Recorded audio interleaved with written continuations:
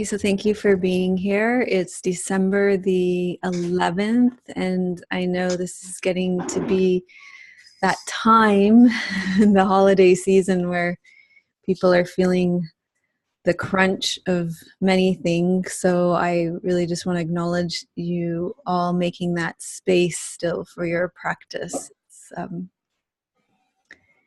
It's worth acknowledging. So thank you for being here and carving out the space in your life for your meditation practice and for your friends here in the community. Um, it's just good to see you all and to be connected with you all today. So thank you. Thank you for being here.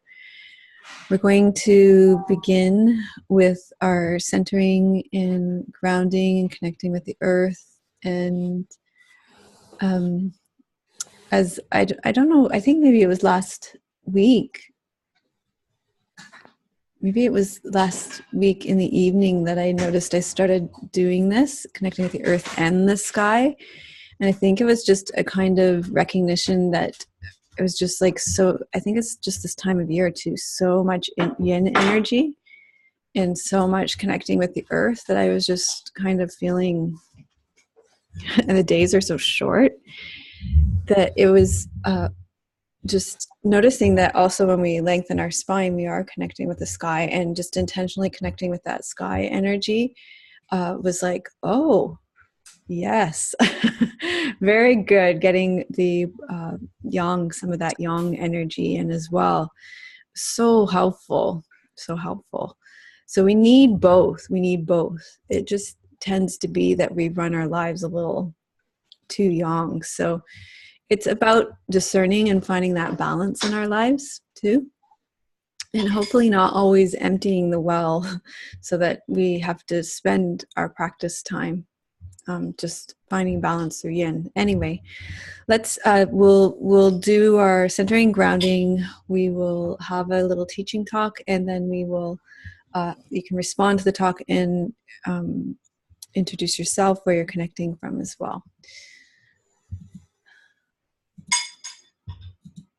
So let's begin by feeling our connection with the earth through your feet, through your seat where you're sitting.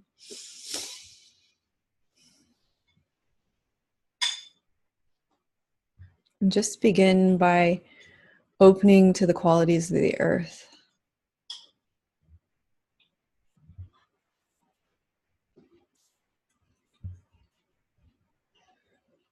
So the earth is stable. The earth is slow moving.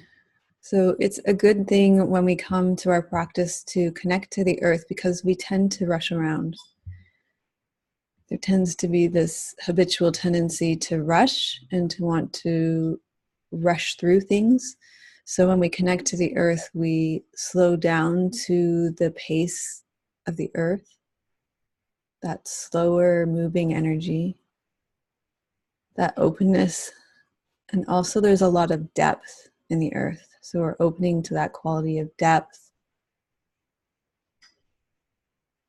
stability, darkness, and stillness. A lot of qualities that we don't necessarily bring into our day-to-day experience and way of living, an embodied way of being. So we allow these qualities to enter into our body.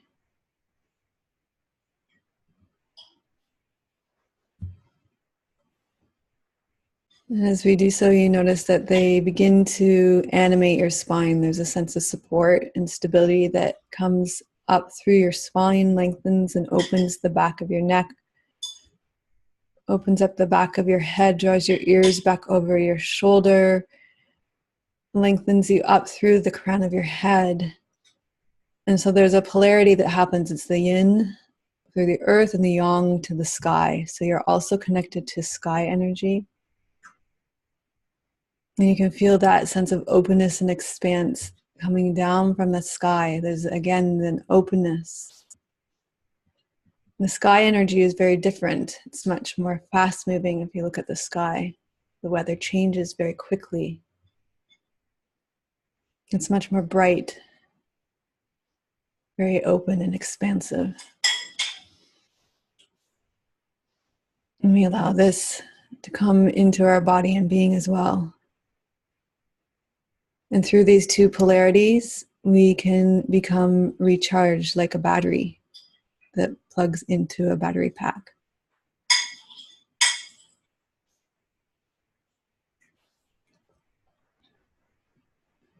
And then you can allow yourself to, when the alignment in your body is open in this way, it allows you to open into your body and your being. Feel the parts of your body that feel open, supple, soft, welcoming.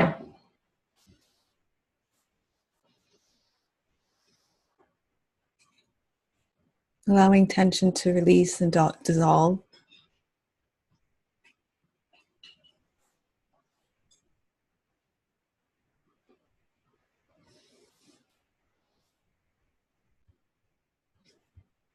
And then let your breath settle on your lower belly, 3 finger widths below your navel, 2 finger widths behind that, feeling your breath coming into your lower belly. This is your lower dantian, the most powerful energy center in your body.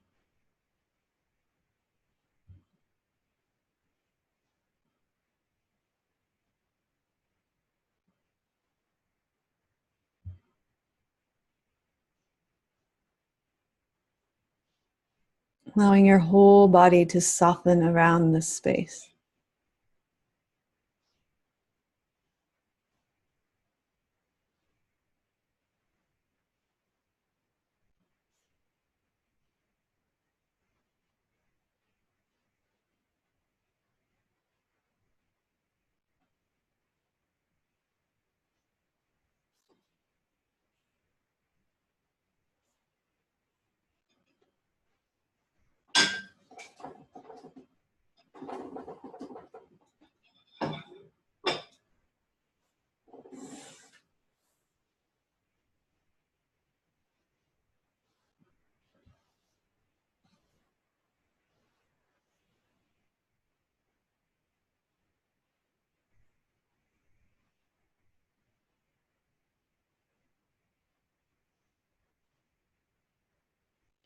And then just noticing how the words of our mantra land in your body today. Remembering that I am intrinsically good without exception, and that I've been given this precious opportunity of my unique life. I find ways to engage in daily practice in my everyday life. When I open to the stillness, the vastness, the peacefulness of the earth, that openness, that stillness, that vastness, that peacefulness, that calmness comes into my body and my being. And remembering that I am open, tender, and responsive. I engage in relationships as part of my everyday life.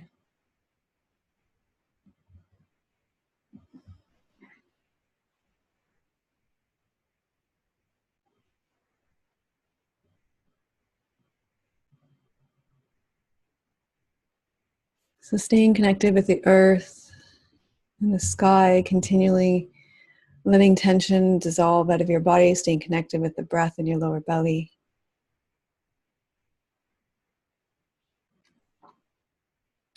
Just noticing what it's like to be centered in your body, in your being, feeling the polarities of the yin and the yang,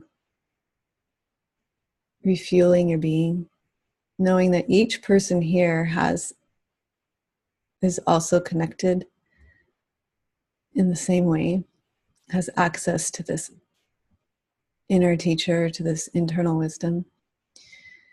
And so there is no need to fix or change anybody here. There's no need to offer advice.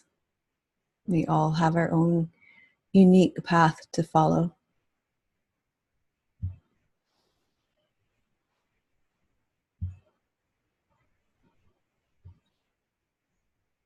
And so when we do speak in our circle, we speak using the words I and not you, trusting our own experience, trusting our own path.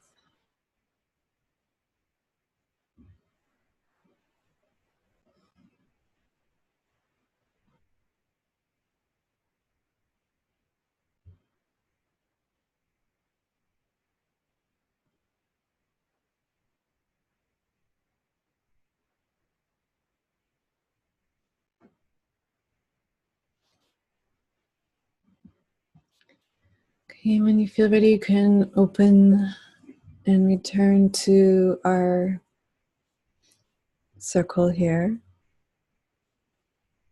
Again, taking that moment to acknowledge our community.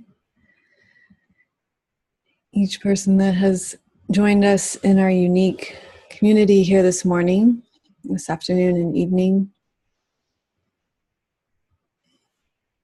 Just taking a moment to connect here.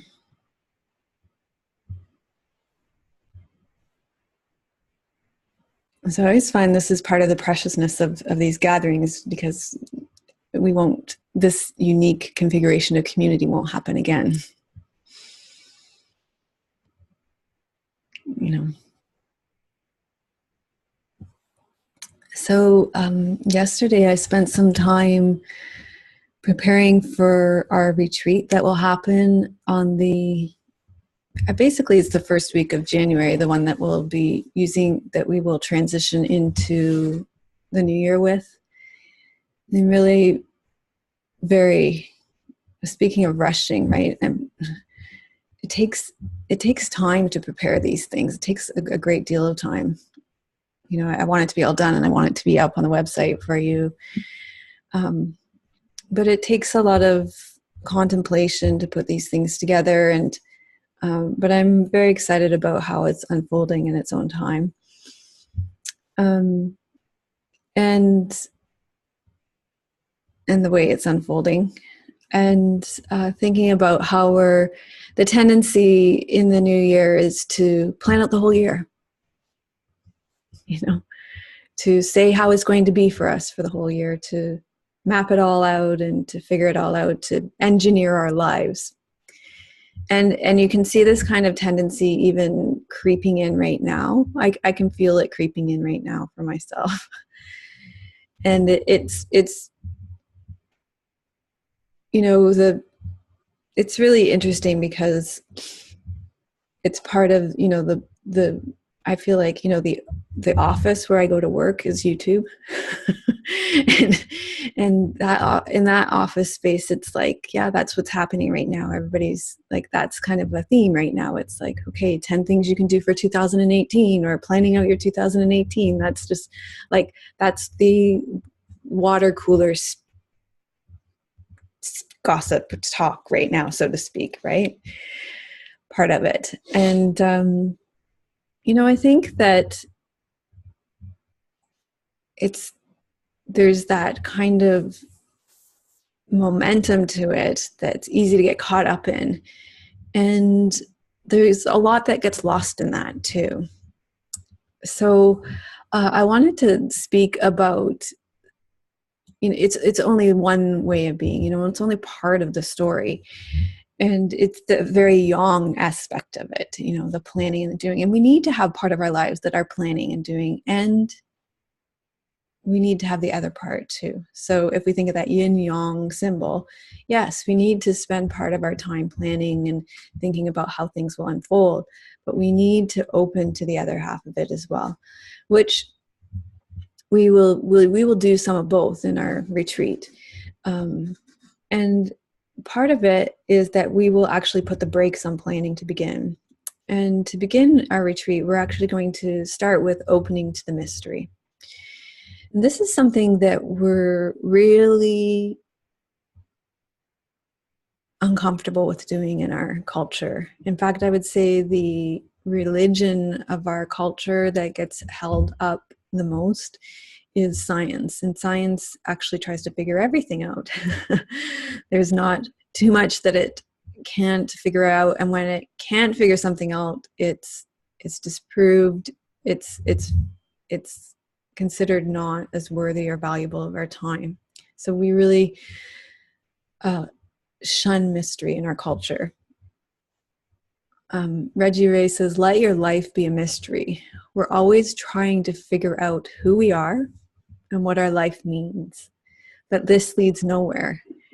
In fact, we may find that the more ordeals we pass through and the more wonders we see, the more mystery of our existence deepens. And maybe the final truth of our life lies precisely in that ever deepening unknowing.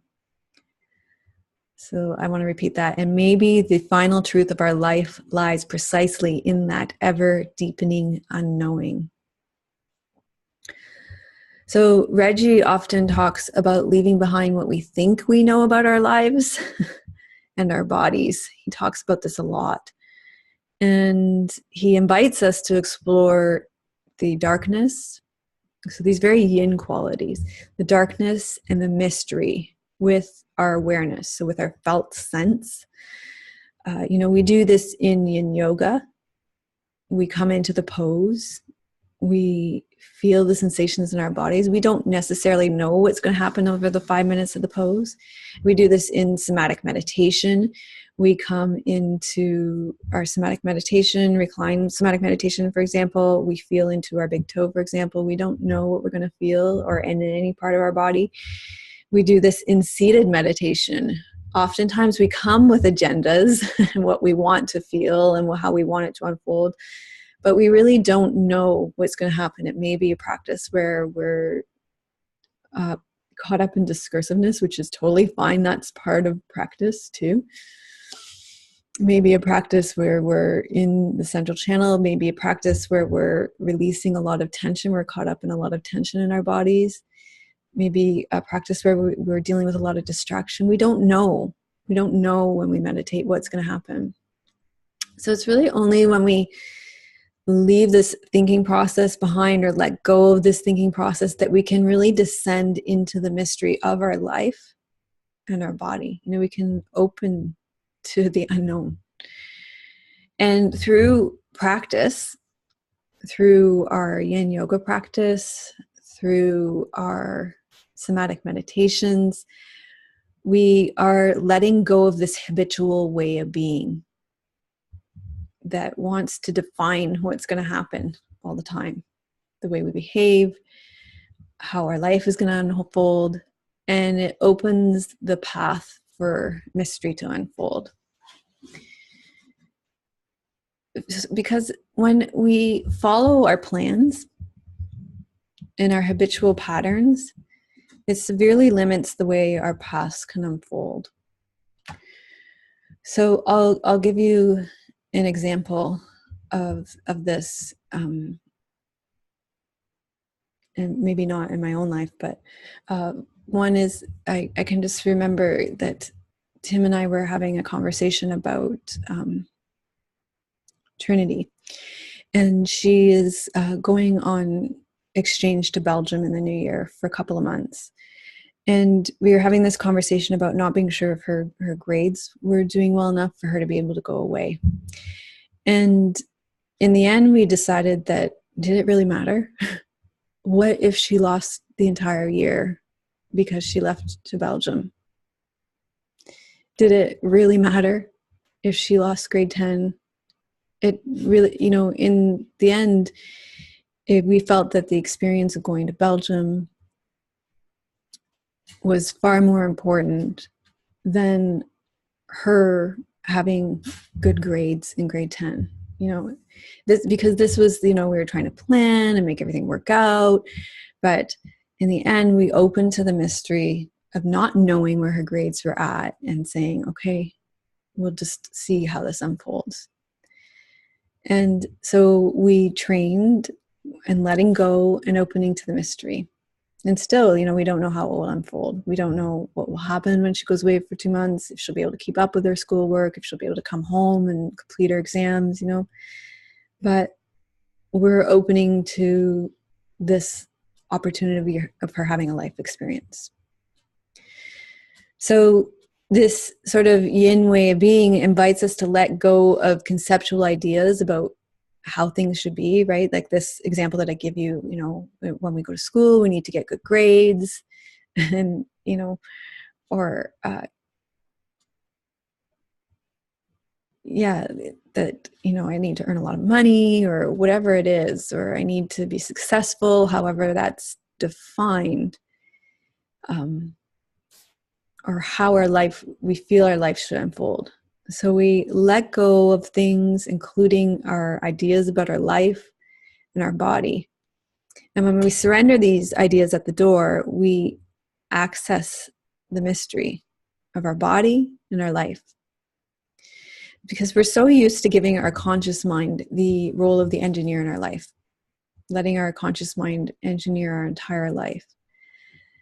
And, you know, it's that when that happens, it's that tense, stressed person that's engineering your entire life. However, that many of you experience that as we engage in somatic meditation, something begins to shift. We begin to release the tension in our body, and we begin to open. And we begin to realize that our body is communicating to us with sensations, with emotions, and with energy, and that life probably can't continue in the same old way. We might not be sure exactly what we're experiencing, but we start to become aware of a rich interior world that is alive within us. And figuring everything out seems less important than engaging with this rich interior world. This starts to feel more important. Engaging with this rich interior world, honoring this rich interior world. And we begin to trust the mysterious unfolding of our life to a greater and greater degree. So that's what I wanted to talk to you about this morning. Just opening to the mystery of our lives and our bodies, that things don't always unfold the way we engineer them. And yeah. So I'll hand it over to you, and you can introduce yourself, where you're connecting from, and if you want to respond with a question or comment about the talk, you can. And then we'll go into our meditation for today.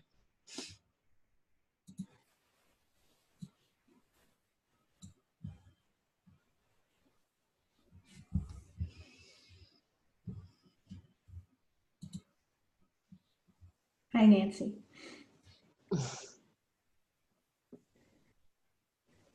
I'm Paige. I'm calling from Italy. It's really funny when you were telling your story about Trinity. This is my story for Sophia. She's had this amazing and very unconventional childhood, unconventional adulthood, and she worries about it. All of her friends are doing the thing, like they're on time. She's not on time. And so for her, my response to that is, good for you. You're living your life. You're open to what comes. You're having these amazing and difficult and painful experiences, but you're living. For myself, I have been, really for the last 3 years, I have been locked into this very rigid story about how my life is supposed to go that is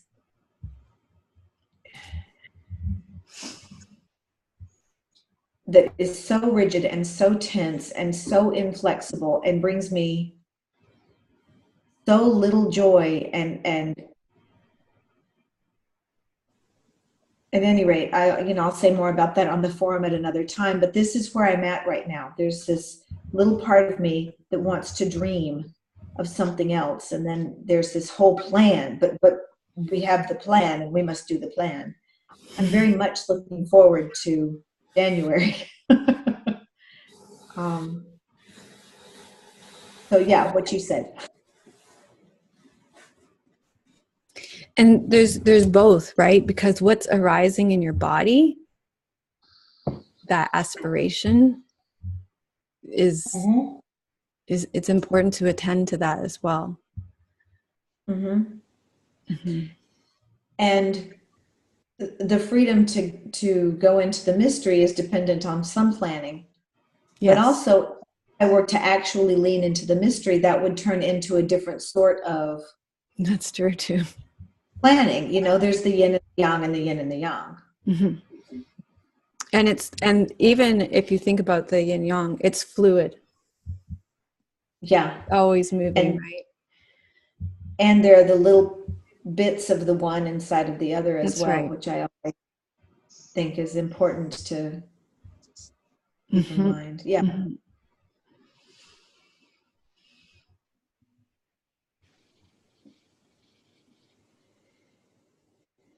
I'm Linda, connecting from the Netherlands. And what stands out to me in your talk is that when I feel too rigid in my life, there's no space for the mystery. So the moment you decide to not plan your life as it should be, then you open to the space to invent a new life or something like that. And I'm a planner, but on the other hand, I can be also leave my plans and just open to what I want. And that's also very precious to be able to do that. I have the opportunity. I created my life that I can do that. I can just say, I planned this and I want to do that. But hey, I don't do it. I'm going to do something else. And I think too that because I think part of being open has grown in this last year more to let other people live their own lives. I recognize what you say with Trinity, with my own son. I think, yeah, he has the right to live his own life and to have his own experiences. So that's good. Who am I to say, no, you have to finish this first? And that's very rigid. And I don't like a rigid life, because when you're rigid, you build up so much tension and you cannot move anymore. So literally, I think it's great to create space for yourself. And then there's that also for others. I think one thing that stands out about what you're saying is that there actually does need to be some space for planning so that there can be space for mystery. Like, we're not actually asking if you just like say, okay, I'm going to throw everything out and open to the mystery, then actually you're going to run into trouble too. There needs to be the both. Mm-hmm. Yeah, to be open to stop the planning for a moment, because that's what I mean to say. Yeah, when you only plan and do exactly as you do, there is no space for new things or for new mysteries. Yeah. Remember when Eckhart Tolle was really big, and then A New Earth and everything? It was about 10 years ago. And he used to say, people used to be like, well, but when do you plan? Like, that used to be a big question that came up for him. And he always used to say, well, you set aside time to plan. And then when you're done, you just put it aside, which is also what you're saying. Mm. So it's like, when you're thinking, you're thinking. When you're planning, you're planning. And then you're done.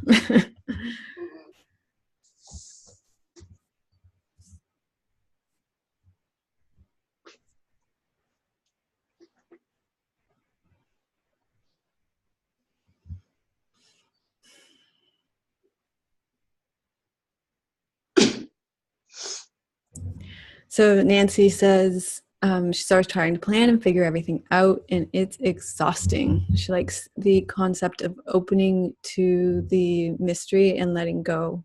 She loves the term the rich interior world.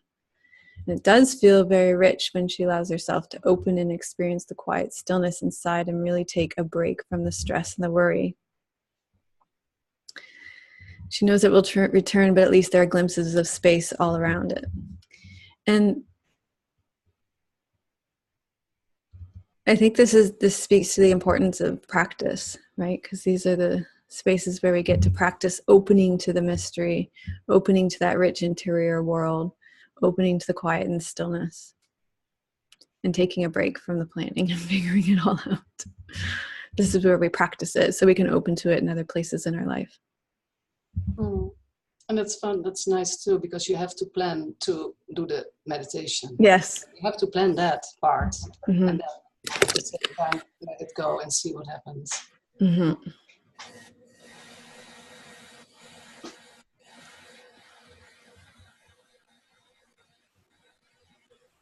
Hey everyone, my name is Noortje. I'm connecting from the Netherlands as well, and I can relate to planning my life a lot to what I've heard. Currently, I'm in a healing process, and I had it all planned out for me, but it didn't really work out the way I planned. I'm really tired, and I had to stay home from school today, and it got me quite worried that I was not going to be able to survive in the real world later. And well, you know, I might not survive it in the real world later the way I had imagined it, but I might survive in a way that is a lot more easygoing and is more hospitable for me to live in. So I just decided to go with that thought. Nice.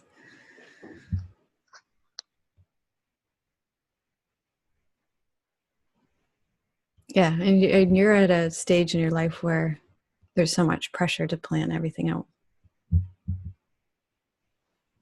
Hey. How's that? Because of your age. But I mean, how is that more than if I'd be older? Oh, we're just supposed to have it figured out now. All right. Which, yeah, let me tell you. At Paige, Linda, Ivy, Lucille, Nancy, any of us got it figured out? I look back to what was my big plan when I was in my 20s, and right, yeah, and then all the disappointments along the way. So now, you know, in my 60s, but probably for the last maybe 15 years or so, I've learned to not be attached to the plan because, you know, it's 50-50. It could go the way I like. So I kind of just, whatever happens, I'll try to make peace with that and think, okay, well, something else is meant to be, or let's see what's going to happen today. It's I had a lot of attachment though in my 20s, I gotta say, 30s too. I was pretty upset when things didn't go my way. So yeah, just kind of letting go of the attachment to it. Mm-hmm.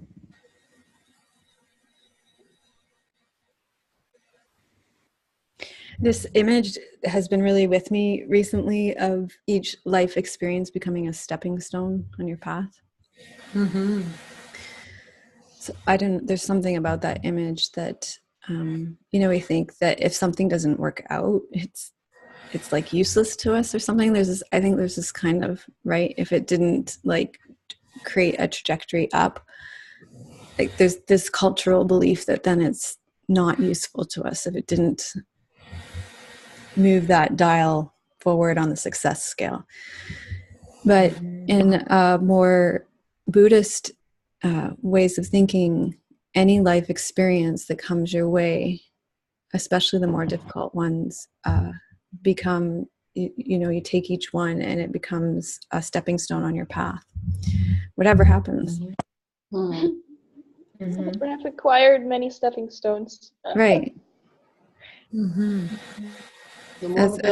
Has everybody. And it's so much better, so much more helpful, more useful, I think, to think of it that way than the pressure of like, even in the world, what are you going to do next? What, you know, those are the questions, right? What are you going to do? Where are you going to go? What decisions are you making for yourself? What happens next? What happens next? What happens next? Yeah, and I think too in our culture, it's always about putting the bar higher. Yes. That's the goal. You have to be, oh, you did that? Oh, what's the next step? The next level? You have to go up, never down. And that's so, it's frightening. And I think too, when you're young now, 22 or whatever, and you're at school, there's so much more pressure. It is true. You have to get your exams, because without, you're a loser, then you cannot get a job, you know. And I think that's changed a lot.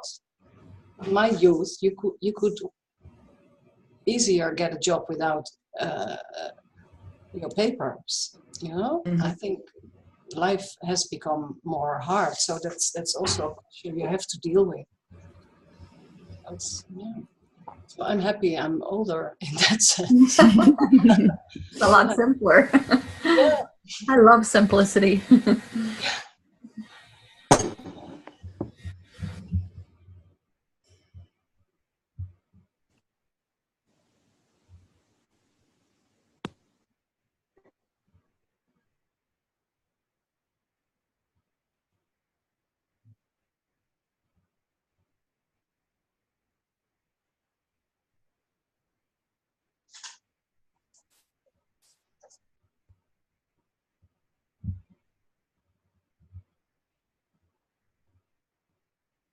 Anything else before we go to meditation?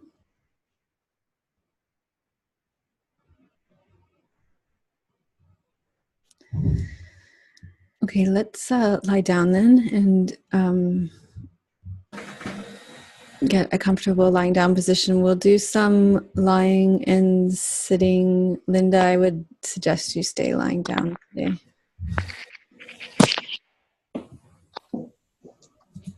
I'm just going to get a glass of water and I'll be back.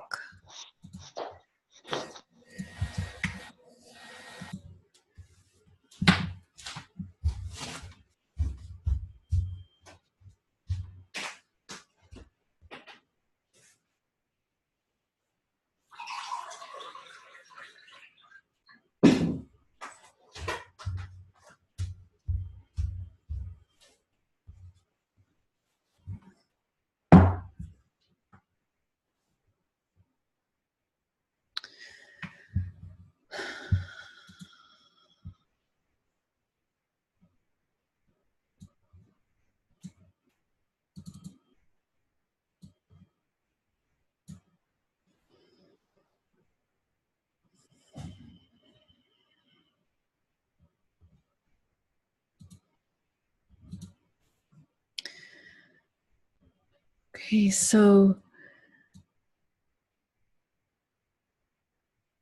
you're going to lie on your back with your knees bent, your feet flat on the floor, your hands crossed over your lower belly. And just take a moment to feel your connection to the earth underneath you. Feel the support of the earth. And allow your body to settle into that and receive the support.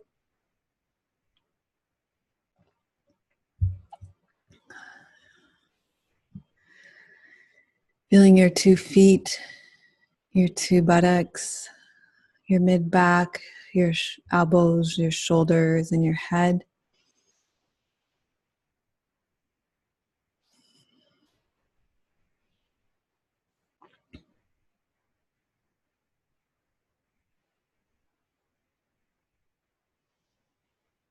And breathe into your body. Feeling for tension in your body. And as you breathe out, allow that tension to unravel, unwind, and release, dissolve down into the earth. We'll just do this for a few breaths, breathing into your whole body.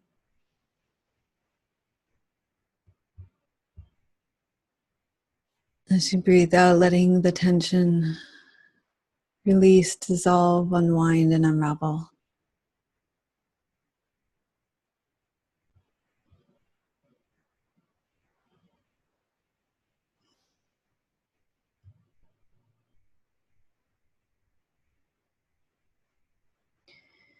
Then opening your awareness into your feet and your lower legs, feeling the tension in your feet and your lower legs.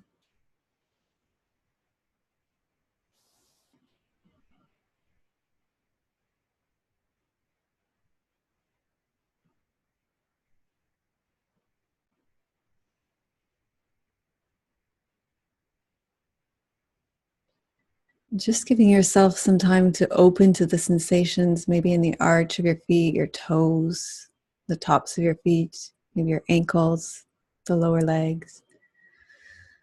Letting that tension dissolve down through your feet, your lower legs, and into the earth.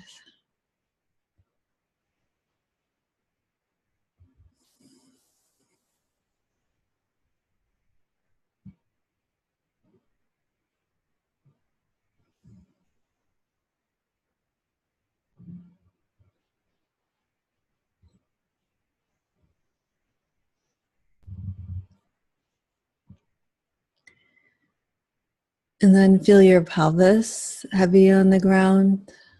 Feel its connection to the earth.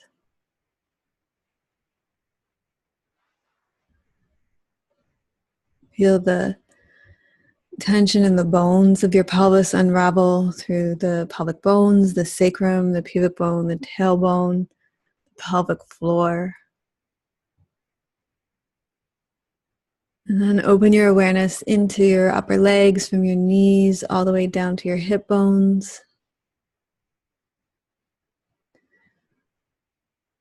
Your thighs, the top and the bottom, your femur bones.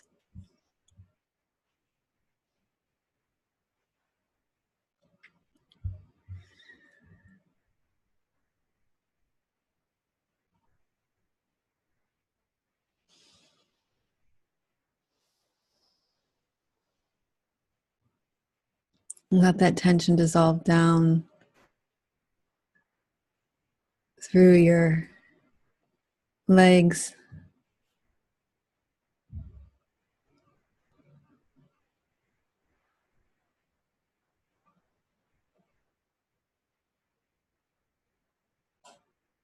through your pelvis and into the earth.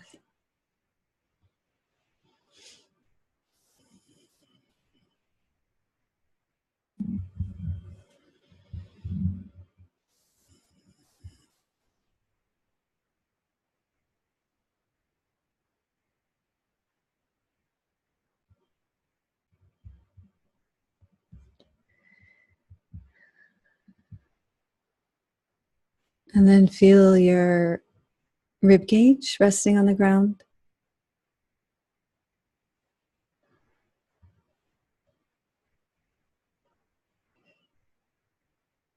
Feel the connection with the lower ribs and the ground.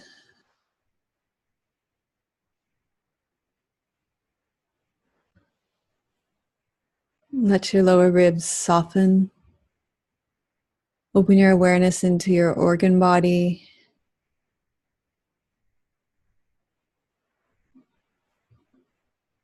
Particularly your liver, your gallbladder, your large and small intestines, your stomach.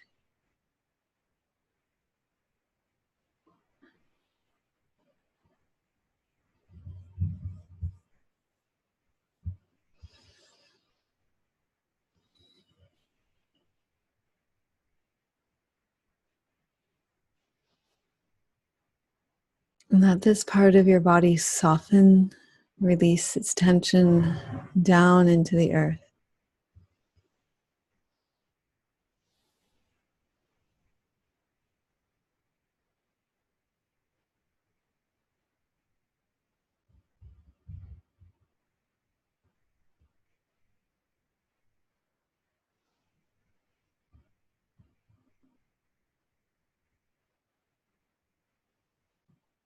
And then feel your shoulder blades resting against the ground.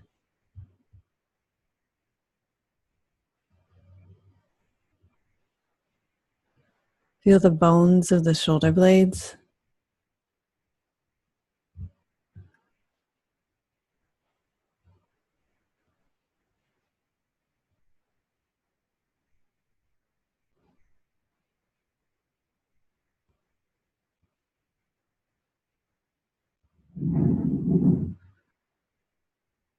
Let the shoulder blades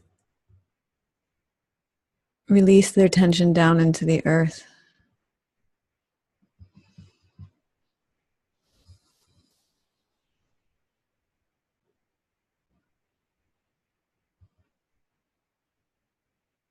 Opening your awareness up into the layers of tension up through the upper chest. Feeling up through the upper layers of the upper lungs, the collarbones, the upper layers of the shoulder, even up through the throat and the neck.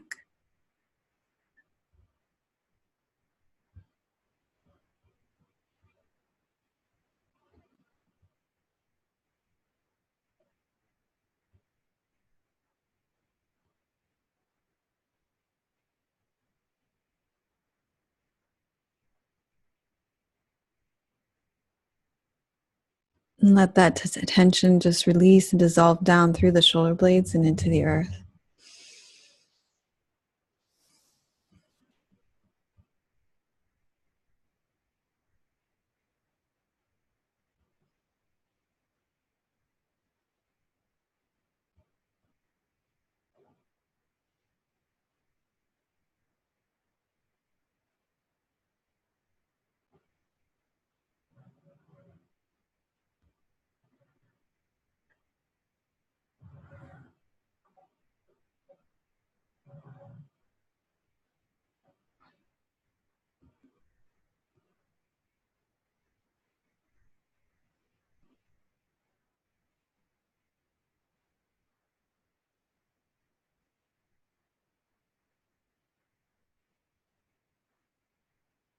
And then feel your elbows heavy on the ground.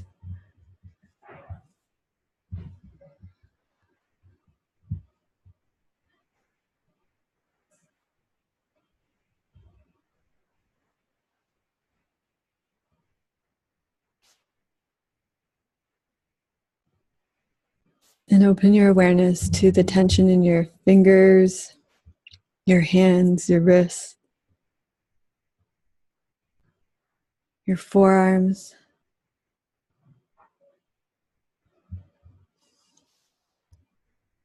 Let that tension slide down through your elbows and into the earth.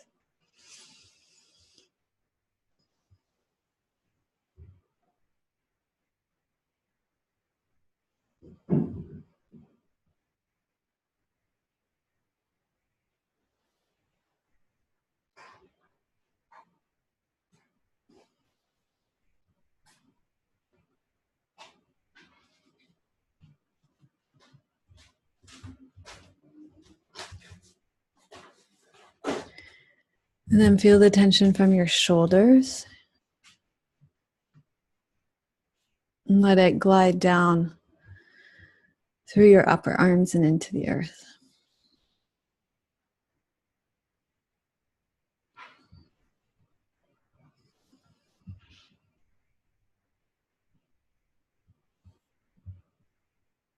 And then open your awareness into the space of your head, feeling tension around your eyes, your forehead, your eyebrows, your jaw, your teeth, your brain, your cheekbones, your teeth.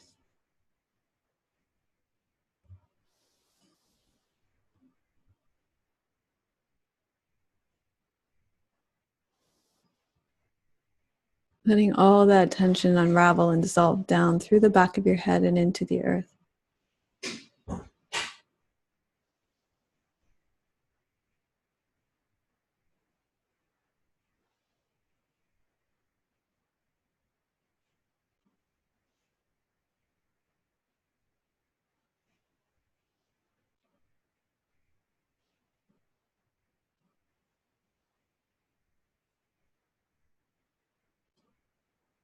And then bring your awareness into your lower belly.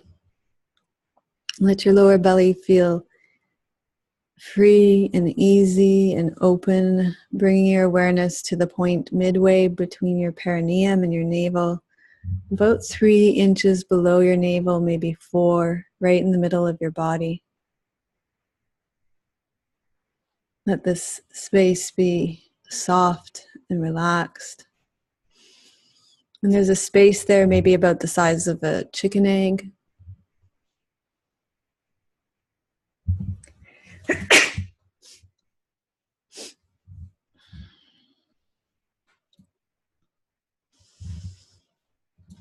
And just begin to notice how your breath comes into the center of this space.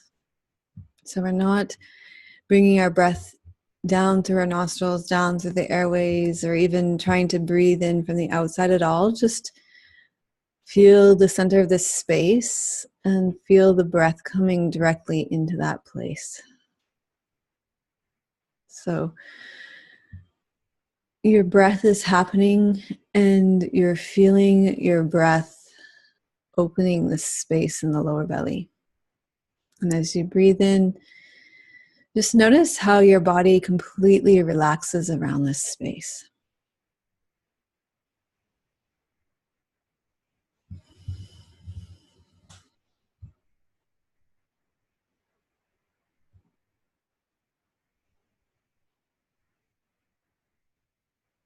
Your lower belly is relaxing. Your sacrum is relaxing. Your hips are softening, releasing their tension. Your pelvic floor is letting go.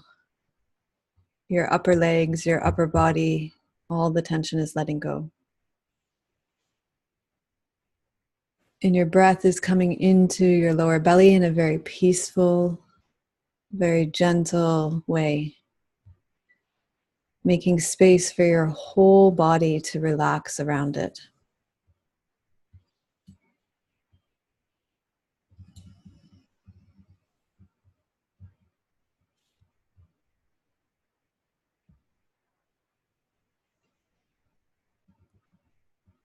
So your breath is coming directly into your lower belly.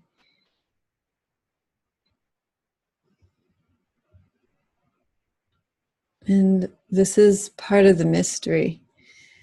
You're not controlling this. You're not making anything happen. You're simply observing your breath as it comes into your lower belly.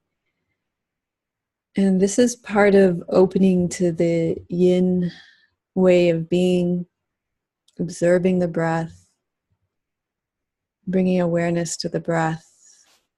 As you keep your attention on the space in your lower belly, within its very center, following your breath, observing, noticing your lower belly continually opening. You may feel the freshness of the breath.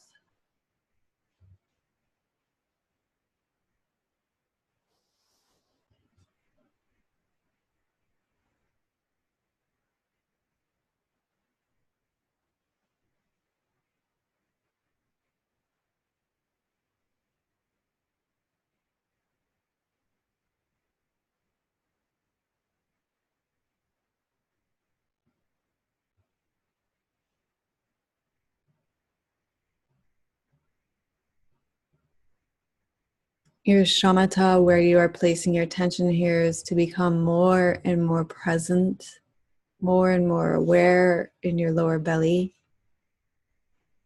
to be more present, to be more focused in your lower belly, letting go of the outside more and more. The more you place your awareness in your lower belly, the more you can release the outside. So you stay within the space of your lower belly, feeling that felt sense of your breath coming into the lower belly and your body relaxing around it.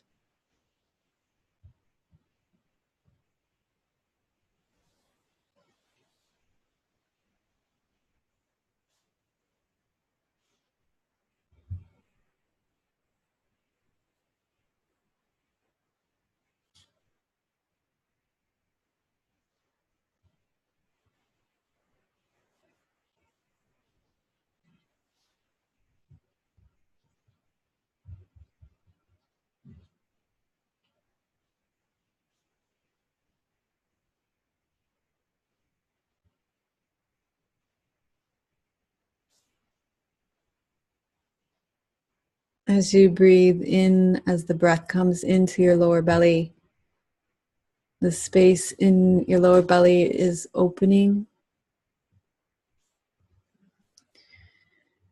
With each breath, that space opens a little bit more.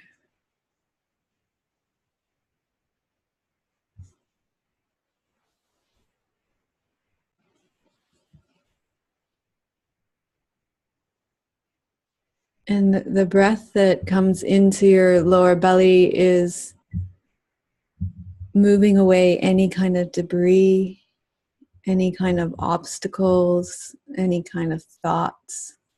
They're all moving out of that space. They're just dissolving outward. So that the space in your lower belly is becoming more and more pure, more and more empty, more and more peaceful, more and more dark, more and more mysterious. It's opening out, it's getting darker and bigger, more empty.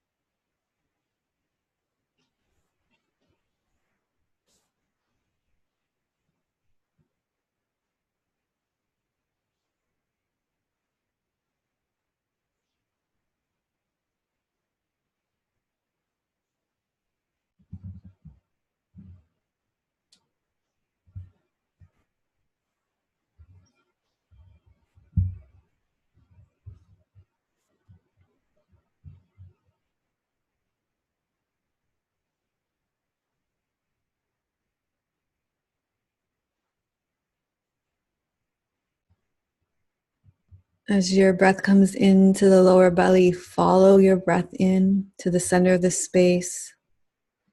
Let your entire sense of self, your consciousness, your awareness enter into your lower belly so that you completely let go into the lower belly.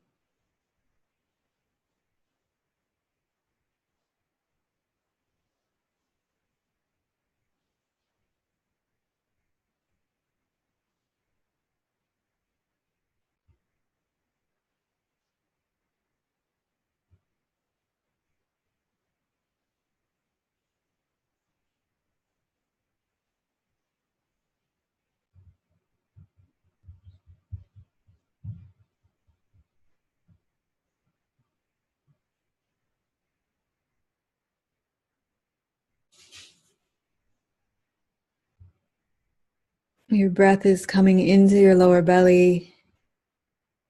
You're following your breath in, letting go, dissolving into the peaceful, mysterious darkness, and letting yourself dissolve completely within the space.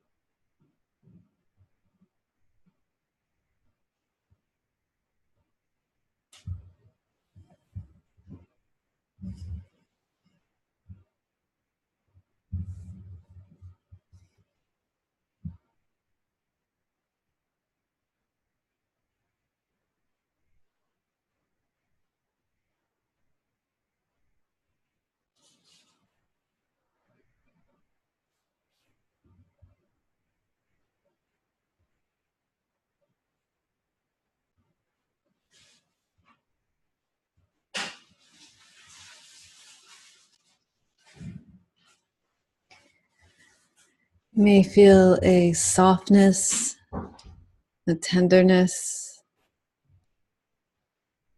a fluidity, emptiness.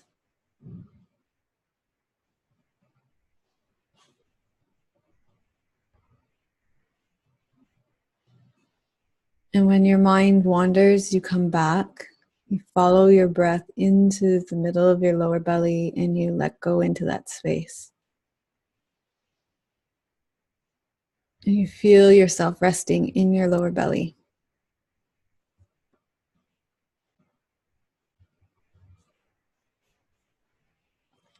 Let yourself be so fully in your lower belly that you're hardly aware of the rest of your body.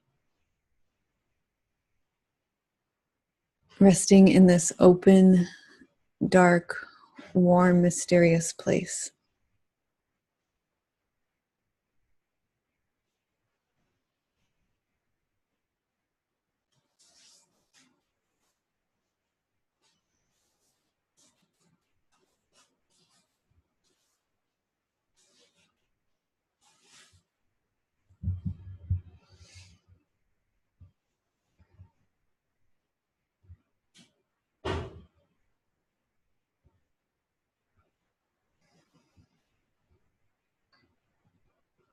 So everything dissolves into your lower belly as you breathe in. Whatever is happening with you, if you're thinking any emotions, any physical sensations, any distractions, all of this dissolves into your lower belly. You just keep emptying into the yin space. The whole body and everything going on within it relaxes and dissolves into your lower belly as you breathe in.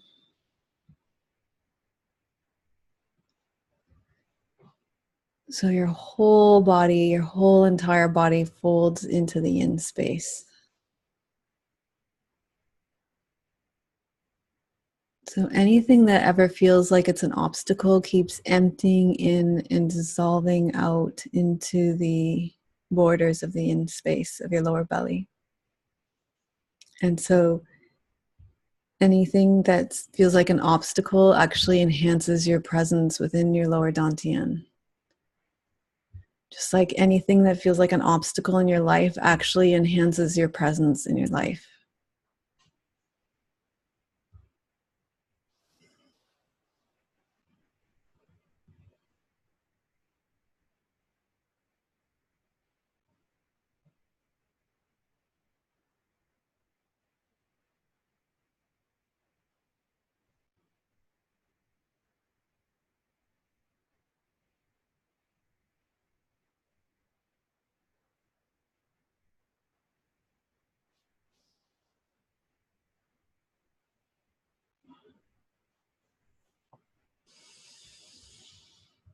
And then keeping that connection with your lower belly, we're going to sit up and do some seated meditation as well.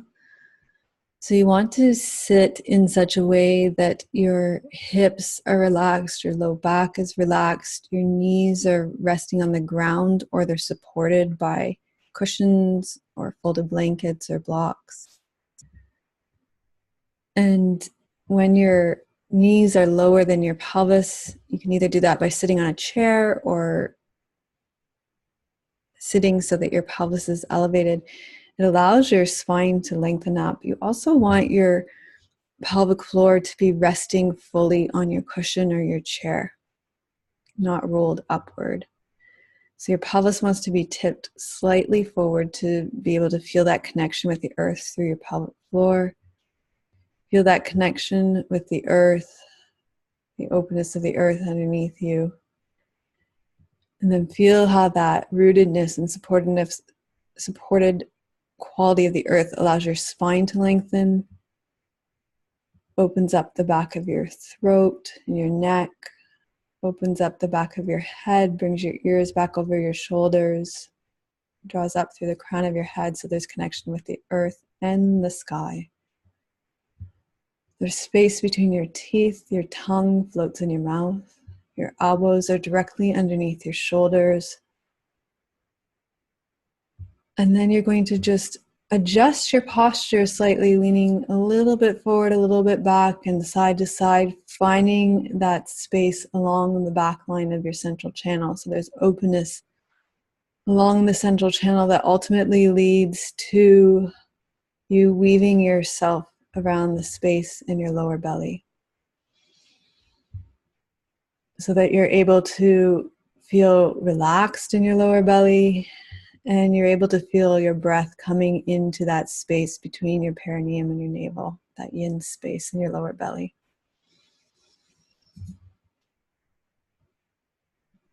Then start to feel your breath coming into the very center of your lower belly.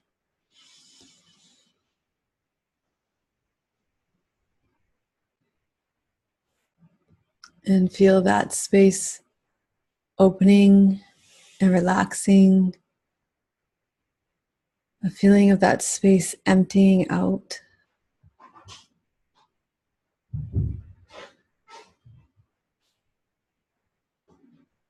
Letting go of any debris in the lower belly.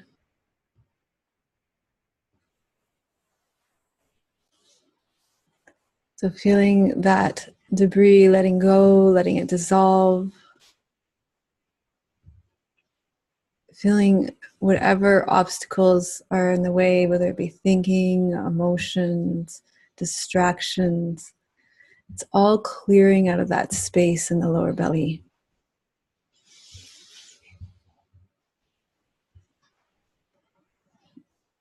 Allowing yourself to be more and more fully present in the lower belly. Following your breath, letting your breath carry your awareness into your lower belly.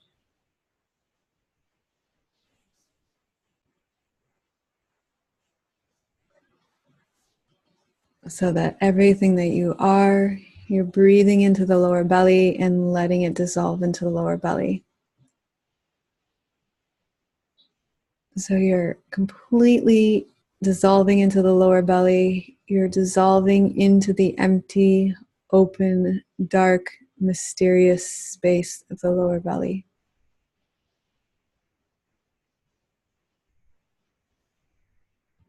Letting go completely into the dark yin space of the lower belly.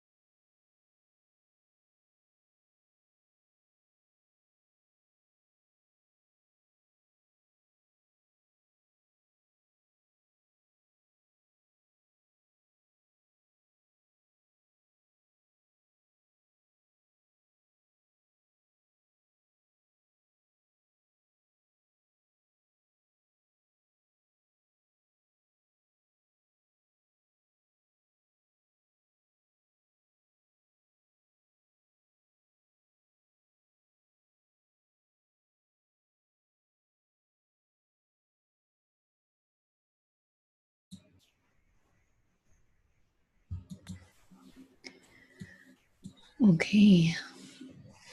So you can come back to our circle now.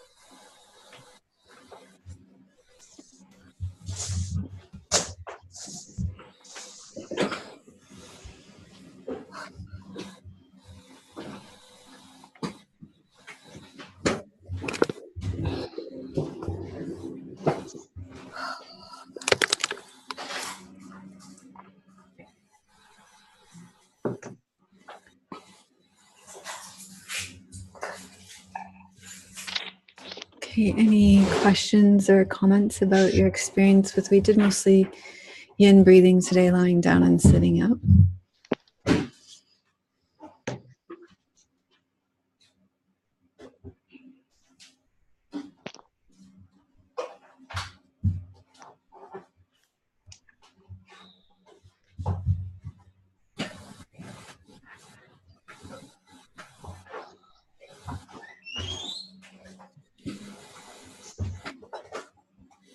I always find it so calming to be in breathing. And I do it a lot lately, also the 12-point belly breathing in the night when I'm awake, or it's really getting me out of my thinking mind. It's a really useful tool. Yeah. 12-fold belly breathing is really great because it works instantly. Yeah. It is. The yin breathing I use a lot at night because it's more if I wake up and I'm thinking, because I don't know, it's like 12-fold belly. That's interesting. You do that one at night. It's quite a vigorous breath. I can be so awake and so thinking. Oh, you can be really awake. Yeah. Okay. Something strong. Yeah. Okay. To get out of that. Yeah.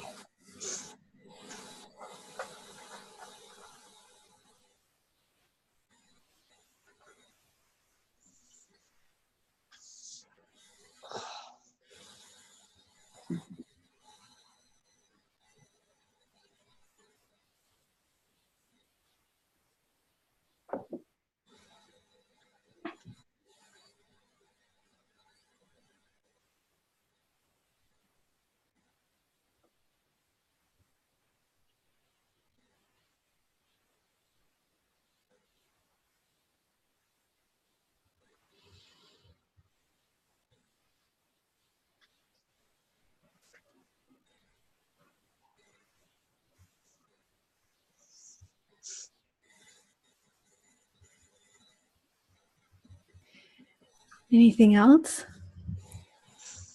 I only see the sleepy heads. I think it's like, you guys are making me feel better for my state of mind lately, which is like, winter's dark blanket is just on me by the time of day that you guys are connecting. Which, 4:00 just feels like 8:00, and then by 7:00 it just feels like midnight. It's like, forget it. So yeah. We're coming up to the shortest day of the year, and it just, I know I'll be ready for the return of the light, you guys. Yeah. Always. Okay. I think those in Europe are ready for bed. What do you think, Lucille? Sweet dreams. Yeah, it's like, let's tuck them in. Thank you. Okay. Good night. And I hope the rest of you can get on with your day. Namaste. Bye, everybody. Good night. Thank you, Melissa. Bye. Namaste.